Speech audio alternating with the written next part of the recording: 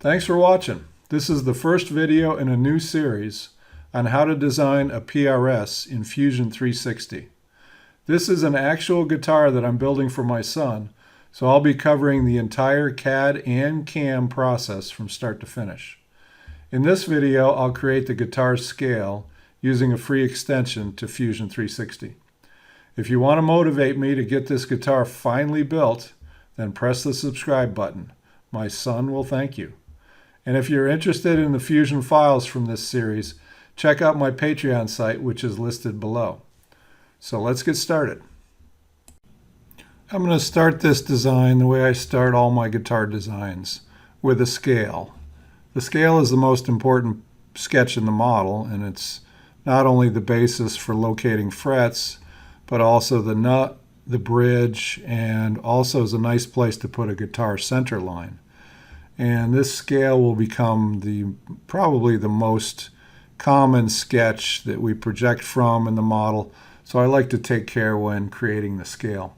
So the first thing I'm going to do is actually make its own component for the scale. And obviously I'm going to call that scale. So this component is now activated. And I'm going to use an add-in to create the scale. And I've looked at a couple of them, and the one that I like, and let me go to my Utilities tab here, the one that I like is Fret Generator. This is from a guy the guy's YouTube channel is called Audio Hotshot.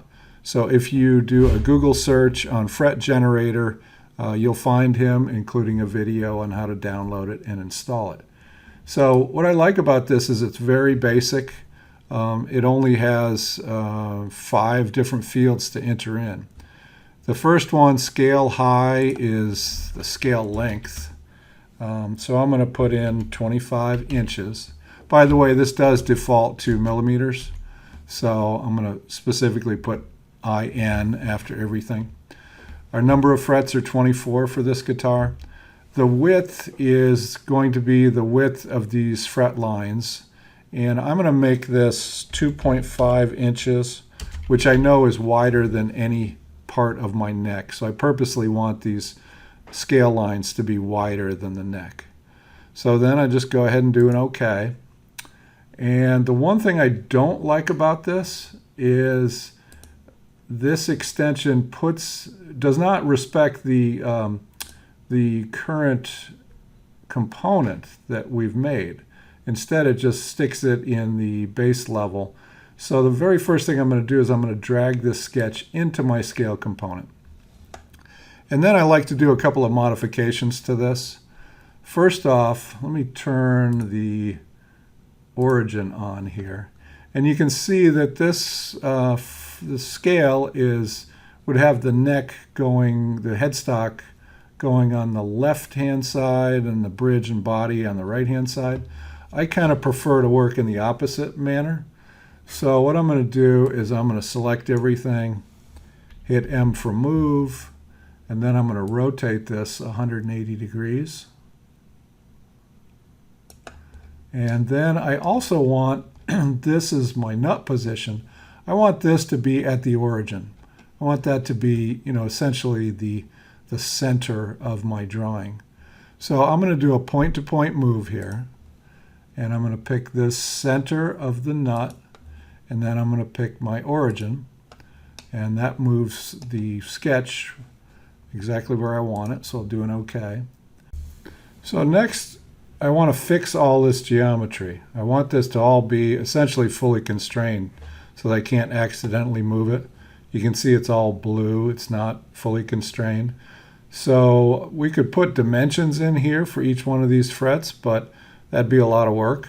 So instead, I'm going to go back to my solid tab, and let's get back into our sketch. So I'll right-click, edit sketch, and now what I'm going to do is I'm going to select all of the sketch and go up to my fix constraint, click in that. So now this all turned green. And the last thing I want to do is, you can see a center line here. I want to extend that center line so that it goes through what will eventually be the headstock over here and through the body on the left-hand side. So one way to do that is to get the line tool and just draw a vertical line here and hit my D for dimension and go from the nut position to this line that I just drew. And let's say that's 10 inches. That should be more than enough room to extend that line. And I'm going to make another vertical line over here. Same thing, I'm going to press D, click on that line, and click on the bridge position, and type in 10 there. Okay.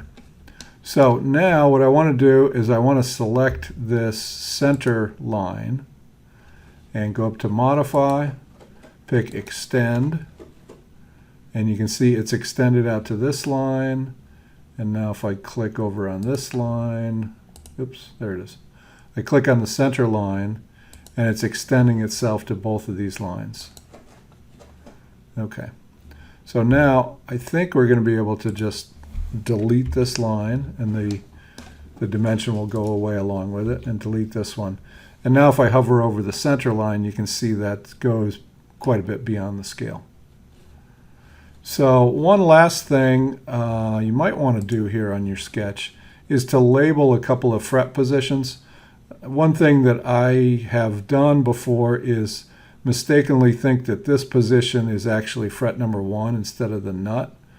And it's also hard to count, you know, when you want to locate fret number 12, you got to count individual frets.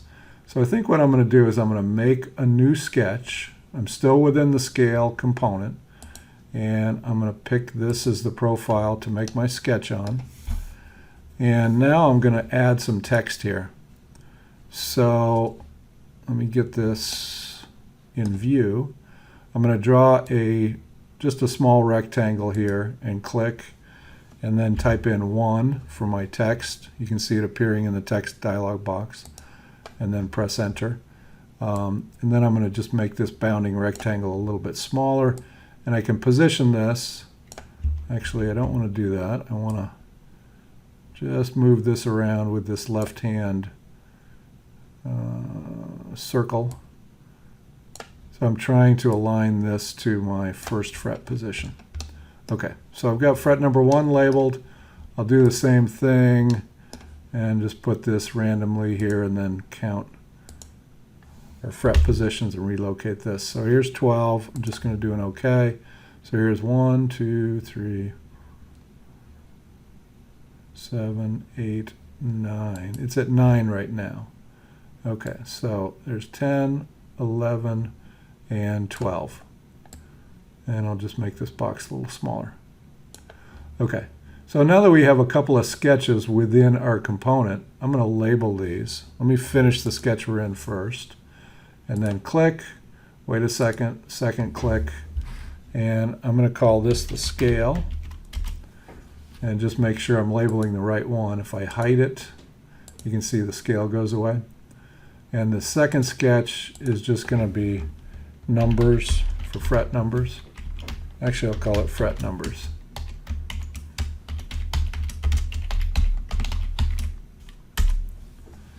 And we can hide that.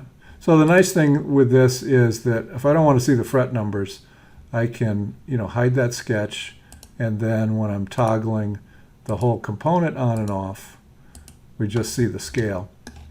But if at any time I want to see my fret numbers, I can just turn that on, and then when we hide and show the scale, I get my fret numbers, or at least a couple of them, to come along. So that's all that's involved in setting up the scale, and next we'll get into neck profiles.